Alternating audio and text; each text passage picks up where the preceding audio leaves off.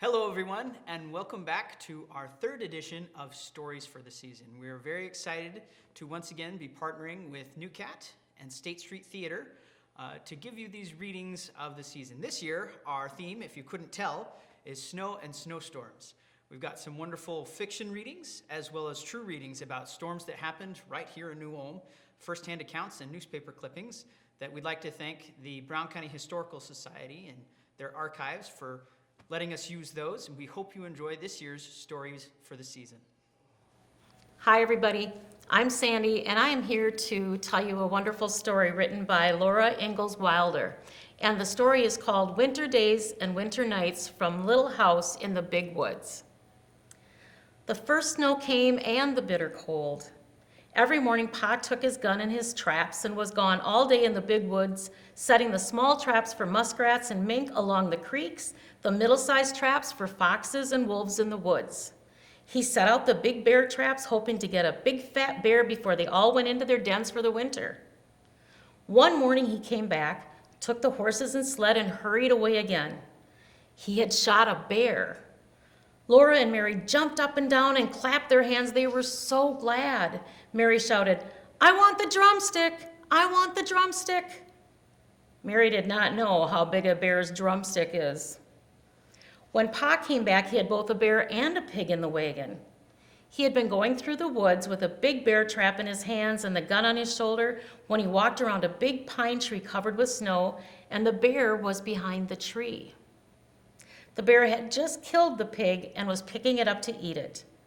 Pa said the bear was standing up on his hind legs, holding the pig in its paws, just as though they were hands. So he shot the bear, and there was no way of knowing where the pig came from, nor whose pig it was. "So I just brought home the bacon," Pa said. Well, there was plenty of fresh meat to last for a long time. The days and the nights were so cold that the pork in a box and the bear meat hanging in the little shed outside the back door were solidly frozen, and they did not thaw. When Ma wanted fresh meat for dinner, Pa took the axe and cut off a chunk of the frozen bear meat or the pork. But the sausage balls or the salt pork or the smoked hams and the venison, Ma could get for herself from the shed or the attic. The snow kept coming till it was drifted and banked up against the house. In the mornings, the window panes were covered with frost and beautiful pictures of trees and flowers and fairies. Ma said that Jack Frost had come in the night and made the pictures while everyone was asleep.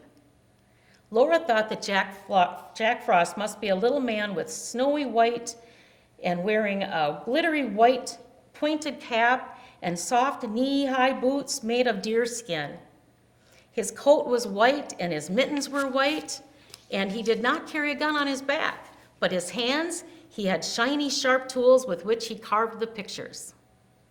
Laura and Mary were allowed to take Ma's thimbles and make pretty patterns of circles in the frost on the glass. But they never spoiled the pictures that Jack Frost had made in the night. When they put their mouths close to the pane and blew their breath on it, the white frost melted and ran in drops down the glass.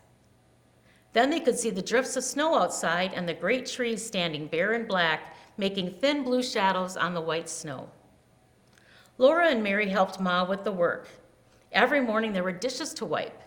Mary wiped more of them than Laura because she was bigger, but Laura always wiped carefully her own little cup and plate. By the time the dishes were all wiped and set away, the trundle bed was aired. Then, standing one on each side, Laura and Mary straightened the covers, tucked them in well at the foot and the sides, plumped up the pillows and put them in place. Then Ma pushed the trundle bed into its place under the big bed.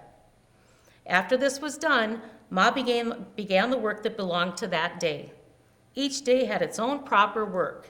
Ma used to say, wash on Monday, iron on Tuesday, mend on Wednesday, churn on Thursday, clean on Friday, bake on Saturday, rest on Sunday. Laura liked the churning and the baking days best of all of the week. In winter, the cream was not yellow as it was in the summer, and butter churned from it was white and not so pretty.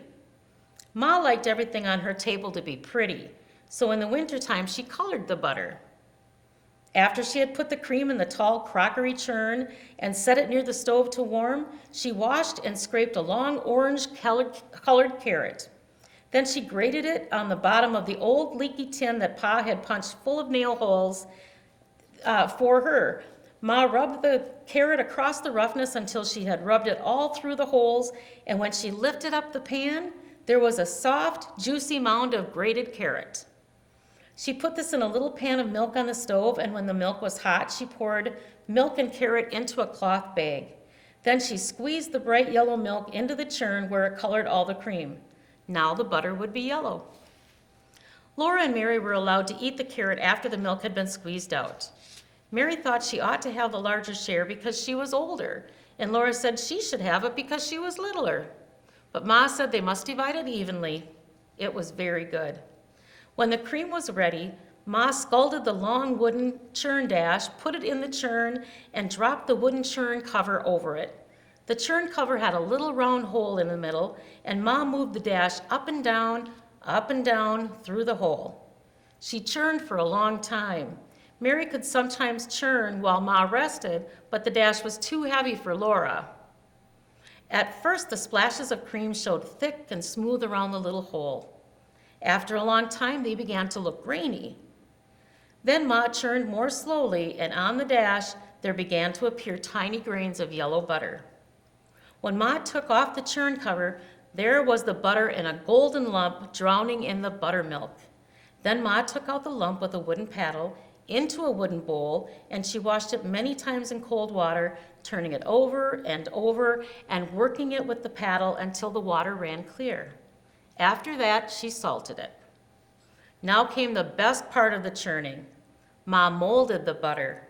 On the loose bottom of the wooden butter mold was carved the picture of a strawberry with 2 strawberry leaves. With the paddle, Ma packed butter lightly into the mold until it was full. Then she turned it upside down over a plate and pushed on the handle of the loose bottom. The little firm pad of golden butter came out with the strawberry and its leaves molded on the top. Laura and Mary watched, breathless, one on each side of Ma, while the golden little butter pats, each with its strawberry on the top, dropped onto the plate as Ma put all the butter through the mold. Then Ma gave them each a drink of good, fresh buttermilk. On Saturdays when Ma made the bread, they each had a little piece of dough to make into a little loaf.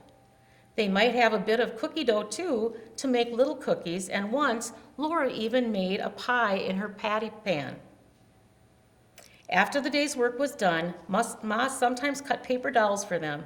She cut the dolls out of stiff white paper and drew the faces with a pencil. Then from bits of colored paper, she cut dresses and hats, ribbons and laces, so that Laura and Mary could dress their dolls beautifully. But the best time of all was at night when Pa came home. He would come in from his trampling through the woody, snowy woods with little tiny icicles hanging at the ends of his mustaches. He would hang his gun on the wall over the door, throw off his fur cap and coat and mittens, and call, "Where's my little half pint of sweet cider half drunk up?" That was Laura, because she was so small. Laura and Mary would run to climb on his knees and sit there while he warmed himself by the fire. Then he would put on his coat and cap and mittens again and go out to do the chores and bring in plenty of wood for the fire. Sometimes when Pa had walked his trap lines quickly because the traps were empty, or when he had gotten some game sooner than usual, he would come home early. Then he would have time to play with Laura and Mary. One game they loved was called Mad Dog. Pa would run his fingers through his thick brown hair, standing it all up on end. Then he dropped on all fours and, growling, he chased Laura and Mary all around the room, trying to get them cornered where they couldn't get away. They were quick at dodging and running, but once he caught them against the wood box behind the stove. They couldn't get past Pa, and there was no other way out. Then Pa growled so terribly, his hair was so wild and his eyes so fierce that it all seemed so real. Mary was so frightened that she could not move. But as Pa came nearer, Laura screamed, and with a deep leap and a scramble, she went over the wood box, dragging Mary with her. At once, there was no mad dog at all. There was only Pa standing there with his blue eyes shining, looking at Laura. "Well," he said to her, "you're only a half pint of cider half drunk up, but by jinks, you're as strong as a little French horse." "Oh, you shouldn't frighten the children so, Charles," Ma said. "Look at how big their eyes are." Pa looked, and then he took down his fiddle. He began to play and sing. "Yankee Doodle went to town, he wore his striped trousers. He swore he couldn't see the town, there were so many houses." Laura and Mary forgot all about the mad dog. "And there he saw some great big guns, big as a log of maple, and every time they turned him around, he took 2 yoke of cattle. And every time they fired him off, it took a horn of powder. It made a noise like Father's gun, only a nation louder." Pa was keeping time with his foot, and Laura clapped her hands to the music when he sang. "And I'll sing a Yankee Doodle doodle-dee-doo, and I'll sing Yankee Doodle, and I'll sing Yankee Doodle-dee-doo, and I'll sing Yankee Doodle." All alone in the big woods, and the snow and the cold, the little log house was warm and snug and cozy. Pa and Ma and Mary and Laura and baby Carrie were comfortable and happy there, especially at night. Then the fire was shining on the hearth. The cold and the dark and the wild beasts were all shut out. And Jack, the brindle bulldog, and Black Susan, the cat, lay blinking at the flames in the fireplace. Ma sat in her rocking chair, sewing by the light of the lamp of the table. The lamp was bright and shiny. There was salt in the bottom of its glass bowl with the kerosene to keep the kerosene from exploding, and there were bits of red flannel among the salt to make it pretty. It was pretty. Laura loved to look at the lamp with its glass chimney so clean and sparkling, its yellow flame burning so steadily, and its bowl of clear kerosene colored red by the bits of flannel. She loved to look at the fire at the fireplace, flickering and changing all the time, burning yellow and red and sometimes green above the logs, and hovering blue over the golden and ruby coals. And then Pa told stories. When Laura and Mary begged for him for a story, he would take them on his knees and tickle their faces with his long whiskers until they laughed aloud. His eyes were blue and merry. One night, Pa looked at Black Susan, stretching herself before the fire and running her claws out and in, and he said, "Do you know that a panther is a cat? A great big wild cat?" "No," said Laura. "Well, it is," said Pa. "Just imagine Black Susan bigger than Jack and fiercer than Jack when he growls. Then she would be just like a panther." He settled Larry and Laura and Mary more comfortably on his knees, and he said, "I'll tell you about Grandpa and the panther." "Your grandpa?" Laura asked. "No, Laura, your grandpa, my father." "Oh," Laura said, and she wriggled closer against Pa's arms. She knew her grandpa. He lived far away in the big woods in a big log house. Pa began. The story of Grandpa and the panther. Your grandpa went to town one day and was late starting home. It was dark when he came riding his horse through the big woods, so dark that he could hardly see the road, and when he heard a panther scream, he was frightened, for he had no gun. "How does a panther scream?" Laura asked.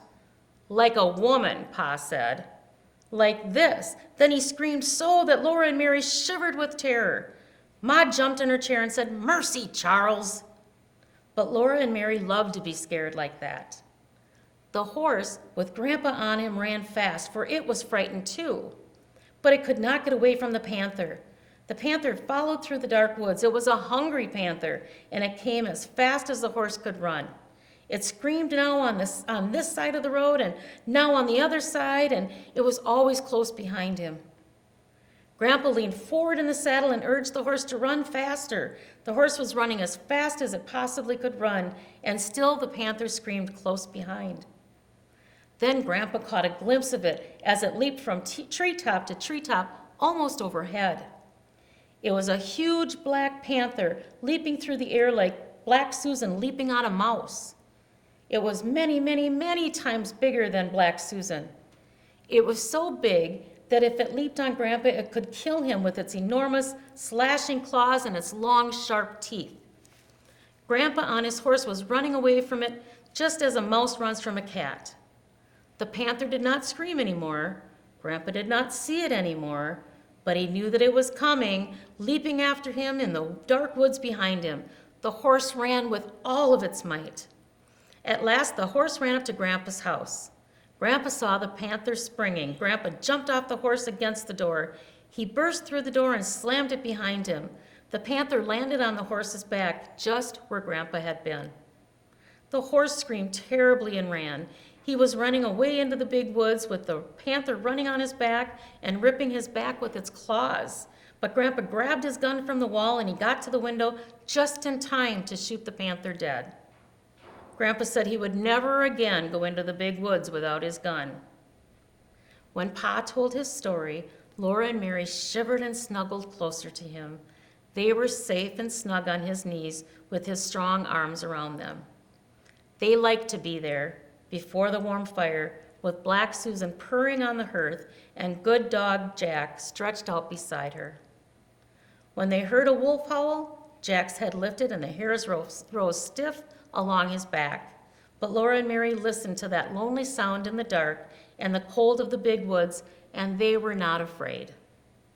They were cozy and comfortable in their little house made of logs, with the snow drifted around it and the wind crying because it could not get in by the fire.